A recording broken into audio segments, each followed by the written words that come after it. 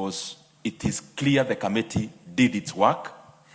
Instead of singing choruses to the executive, they have actually pointed in their reports that we are in a very dire situation when it comes to the debt situation in this country.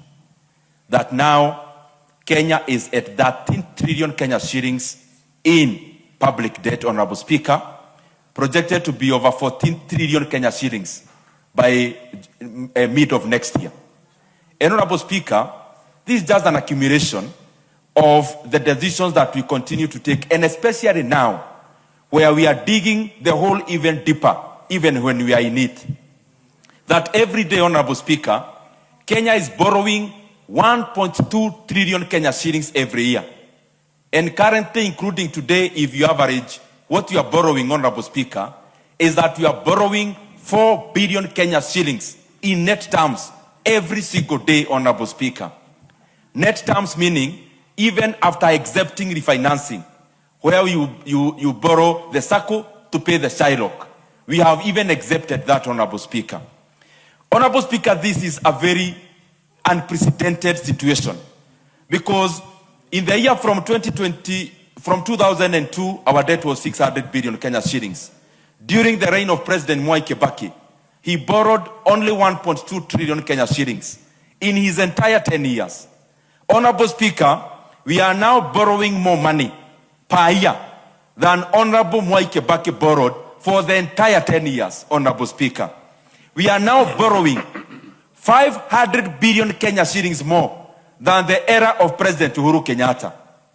That at around that time from 2013 all the way to 2022, Kenya was borrowing an average of 700 billion Kenya shillings every year. Now we are borrowing 1.2, and especially out of this year, Honorable Speaker. And I ask this government, do you want to break the record of borrowing? I think the better records to break are the records of good governance, not the records of profligate borrowing, as we see it now, Honorable Speaker. And what is even more worrying is that whatever I'm reporting before this House is actually what we would call official debt. This government has gone further, something that has never been done ever. That from last year, we have now opened a separate book where we are calling it many names. In one name, it's called securitization. In another name, it's called Talanta Board. Illegal borrowing. That as we talk before this House today and to Kenyans, that this government is now beyond over borrowing more than all the other previous years. We now want to even borrow and use the housing levy as collateral. And we are doing that so that we do not report these debts in the actual books that are known across the world.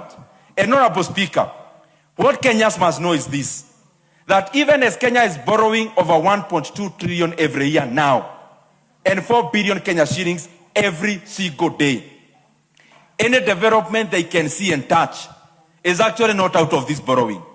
Any ongoing road in Kenya is another loan on the side called securitization, where even the debt committee in this House has never had even a single document relating to that illegal debt.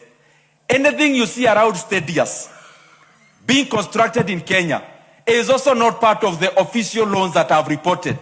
It is another illegal loan called Talanta Board, where Kenya borrowed 45 billion Kenya shillings to pay an interest rate, not interest rate, but even amount, to pay the amount of interest over 100 billion Kenya shillings. A loan of 45 billion to pay an interest of 100 billion Kenya shillings. And therefore we are asking as Kenyans, and especially from these illegal borrowings that started last year, the money Kenya is borrowing every day, 4 billion Kenya shillings, and per year, 1.2 trillion. Where is this money going to, Honorable Speaker? And to put it into context, that money that we have borrowed so far, of close to 4.5 trillion Kenya shillings, is enough money to have had 100 kilometers of completed tarmac road in every constituency. It is money enough to have put electricity and connected electricity to every single homestead in Kenya, Honorable Speaker. It is enough money to have connected every homestead in Kenya to clean water, Honorable Speaker. This money is money enough to have made education totally free in Kenya, from nursery, PP1, Honorable Speaker, all the way to the university. And therefore we are asking, this government needs to address Kenyans. This money we are borrowing, where is it going? The second thing is that now we see we are moving away from foreign debt. We are moving away from money we borrow at 3% to borrow domestically at around double digit. And Honorable Speaker, Kenyans are asking why. But this is the answer. We are leaving cheaper money for more expensive money because we are running away from accountability.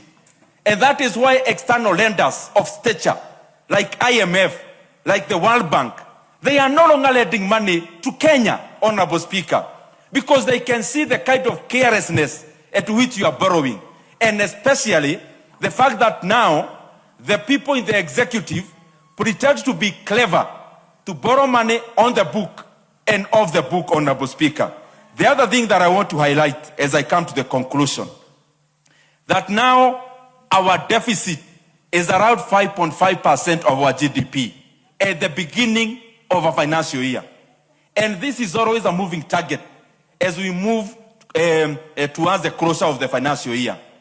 Honorable Speaker, that we are now at 5.5%, meaning we can already foresee by the closure of the financial year, maybe it will be around 7%, something unprecedented.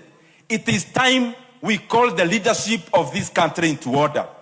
We cannot continue to overburden the current Kenyans, and at the same time, we want political collapse by overburdening hugely even the future generations. It is time for this house to stand up, Honorable Speaker. It is time for this house to say no to this profligate